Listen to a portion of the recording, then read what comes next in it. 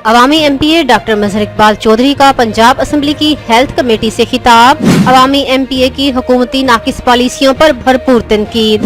Doctor मजहर इकबाल चौधरी ने सूबाई वजीर सेहत यास्मीन राशिद को भी आड़े हाथों लिया। डॉक्टर मजहर इकबाल की मेडिकल के तलबा के साथ की जाने वाली ज्यादतियों और तलबा का मुस्तकबिल तारीक करने की शदीद मजम्मत। मैं मोहतरमा मैडम साहबा से चाहूंगा और ताकि वो हमें बताएं कि हम प्रिवेंशन साइड पे क्या कर रहे हैं, हम स्टंटेड ग्रोथ के खिलाफ क्या कर रहे हैं, प्रिवेंटेबल डिजीजेस, हमारा मोर्टेलिटी रेट इनफैक्ट सारी दुनिया में सबसे ज्यादा है।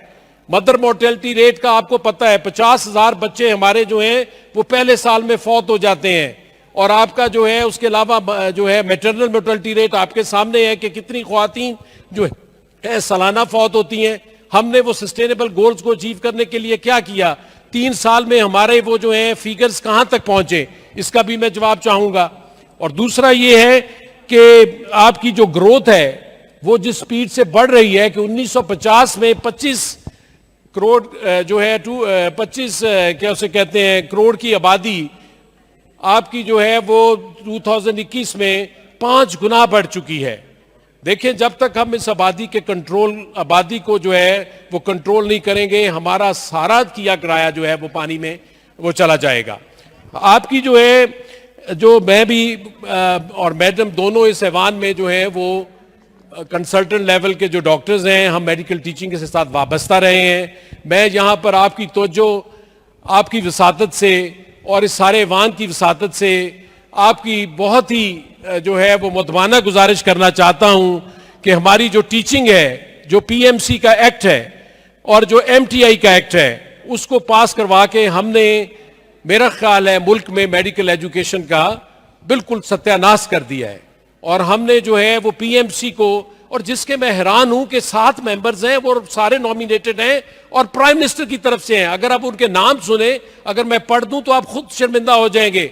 रुशान जफर जी एक फिलैंथ्रोपिस्ट हैं और आपकी जो है वो कश्यप फाउंडेशन की चेयरमैन है। एक का नाम सुने तो वो किसी लॉ फर्म के बंदे हैं, एक का नाम सुने तो कोई चार्टर्ड अकाउंटेंट है। मैडम, आपके होते हुए मुझे उम्मीद नहीं थी कि इस तरह का एक्ट जो है, पंजाब एक स्टेक होल्डर है, हम 60% आवाम की नुमाइंदगी करते हैं, हमारा जीडीपी में रोल है, हमारा ग्रोथ में रोल है, हमारा जो जॉब्स देने में रोल है, हम एग्रीकल्चर में कहाँ हैं, हम क्यों शिकस्त वहां पे खा जाते हैं? आपके कंधों को इस्तेमाल करते हुए इस तरह के लॉज पास हो रहे हैं जो हमारे मुस्तकबिल को तारीख कर देंगे। हमारे जो है 174 मेडिकल कॉलेजेस में से 114 मेडिकल कॉलेजेस प्राइवेट के नुमाइंदे, पामी के नुमाइंदे, वो आपको रोज प्रेस कॉन्फ्रेंसेस कर रहे हैं। आपने एनएलई का एग्जाम, जो एग्जिट एग्जाम है, किस कानून के तहत रखा है? वो बच्चे जब दाखिल हुए थे तो उनसे ये वादा नहीं किया गया था, आपने उनको कैसे कह दिया? आप आज उनसे जो है एग्जिट एग्जाम, आप फाइनल ईयर का एग्जाम क्यों नहीं करते? अगर एनएलई का एग्जाम लेना है तो फिर एफसीपीएस का और जो आपके एमएस और एमडी के जो एंट्री टेस्ट है फिर उनको खत्म कर दें। आपने देखें, और फिर आपने सारी आपके जो है एंट्री टेस्ट की जो है परसेंटेज बढ़ा दी आपने, फिर आपने जो एफएससी की परसेंटेज बढ़ा दी। पिछले साल जो आपने एडमिशन पॉलिसी दी, हर साल आप एडमिशन पॉलिसी बदल रही हैं, और उस पॉलिसी के चेंज होने पर जो बच्चों का नुकसान हुआ, सिंध के डेंटल कॉलेजेस में 60% सीटें जो है वो खाली रह गई। आप ये इन चीजों को देखें, क्योंकि ये देखें, ये क्या उसे कहते हैं, आप पे ये जिम्मेदारी आयद होती है, क्योंकि फ्यूचर में ये वही तजावीज हैं जिनके लिए आप सड़कों पर हमारे साथ मिलकर पीएमए के प्लेटफॉर्म पर एहतजाज करती थी। आज आप चुप हैं। इस तरह की जो खामोशी है वो जहर कातिल है मेडिकल प्रोफेशन के लिए। और इसी तरह ये जो है एमटीआई एक्ट था, जिस पर मैंने इस ऐवान में उस वक्त भी, मुझे सिर्फ 2 मिनट दे दें सर, सिर्फ 2 मिनट, उस पर मैंने कहा था, आज आप केपीके में एमटीआई एक्ट के तहत जितने मेडिकल टीचिंग इंस्टीट्यूशंस हैं उनकी हालत देखें। लेडी रीडिंग हॉस्पिटल में सिर्फ 7 प्रोफेसर्स रह गए हैं। उसके नतीजे में वहां से निकलने वाले प्रोफेसर्स ने कोई 5 मेडिकल कॉलेजेस और अपने अपने हॉस्पिटल्स बना लिए हैं। और वहां पर जो हालात हैं, इसी तरह वहां पर खैबर टीचिंग हॉस्पिटल, इसी तरह नौशहरा, अयूब मेडिकल कॉलेज और एक और उनका एमटीआई एक्ट के तहत चल रहा है। मेरी आपसे दरख्वास्त है स्पीकर से कि एक हमारे ऐवान की कमेटी बनाकर उसको केपीके में भेजा जाए और वहां पर उनकी कारकर्दगी एमटीआई एक्ट के तहत देख ली जाए, वरना इस हौलनाक खेल में हमारे सारे इंस्टीट्यूशन जो कई सालों 100 सालों से कायम है और वो सारे तबाह व बर्बाद हो जाएंगे और यहां पर सिर्फ प्राइवेट मेडिकल कॉलेजेस रह जाएंगे और गवर्नमेंट के सारे इदारे खत्म हो जाएंगे। इसी तरह आपने जो है वो जो खेल खेला है आपने जो है कोविड के सिलसिले में, आपने सारे टर्शरी केयर हॉस्पिटल्स को बंद कर दिया।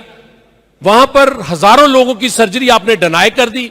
मेयो हॉस्पिटल में 200 से 400 मरीजों का इलाज होता रहा, 2500 बेड्स का हॉस्पिटल है।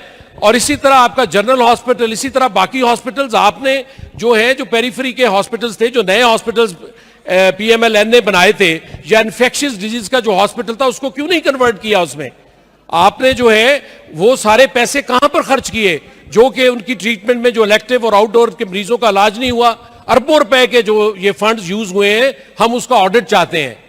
हमने नेशनल असेंबली में भी उसके ऑडिट के लिए कहा है, प्रोविंशियल असेंबली में भी उसके ऑडिट के लिए कहते हैं कि हमें उसकी सारी यूटिलाइजेशन का हिसाब दिया जाए। और ये जो है, क्योंकि ये बहुत सेंसिटिव मामला है और अभी तक हमारे जो मामलात हैं, और उसके अलावा जो है बहुत सारे मामलात हैं जिन पे बात करनी है, लेकिन मेडिकल टीचिंग के हवाले से जो मैंने गुजारिशात की हैं और ये जो दोनों कानून हैं उनको पंजाब में लाने से पहले हमें एक दफा फिर सोचना होगा। हमने इस सूबे में अपने जो है मेडिकल एजुकेशन को तबाह नहीं करना। हमारे एक ही फखरिया हमारा सरमाया होता था, हमारे डॉक्टर्स जो बैरून मुल्क में होते थे, उनके ऊपर ये जो है बैनुल अक़वामी साजिश के तहत ये पीएमसी को नाफिज किया गया है, एमटीए एक्ट को लाया गया है ताकि ये सारे इदारे तबाह बर्बाद हो जाएं। और अगर ये हुआ तो उसमें आप बराबर की हिस्सेदार होंगी। और वही कहते हैं सद है अफसोस, सद अफसोस कि तू शाही न बन सका, देखे न तेरी आंख ने फितरत के इशारात।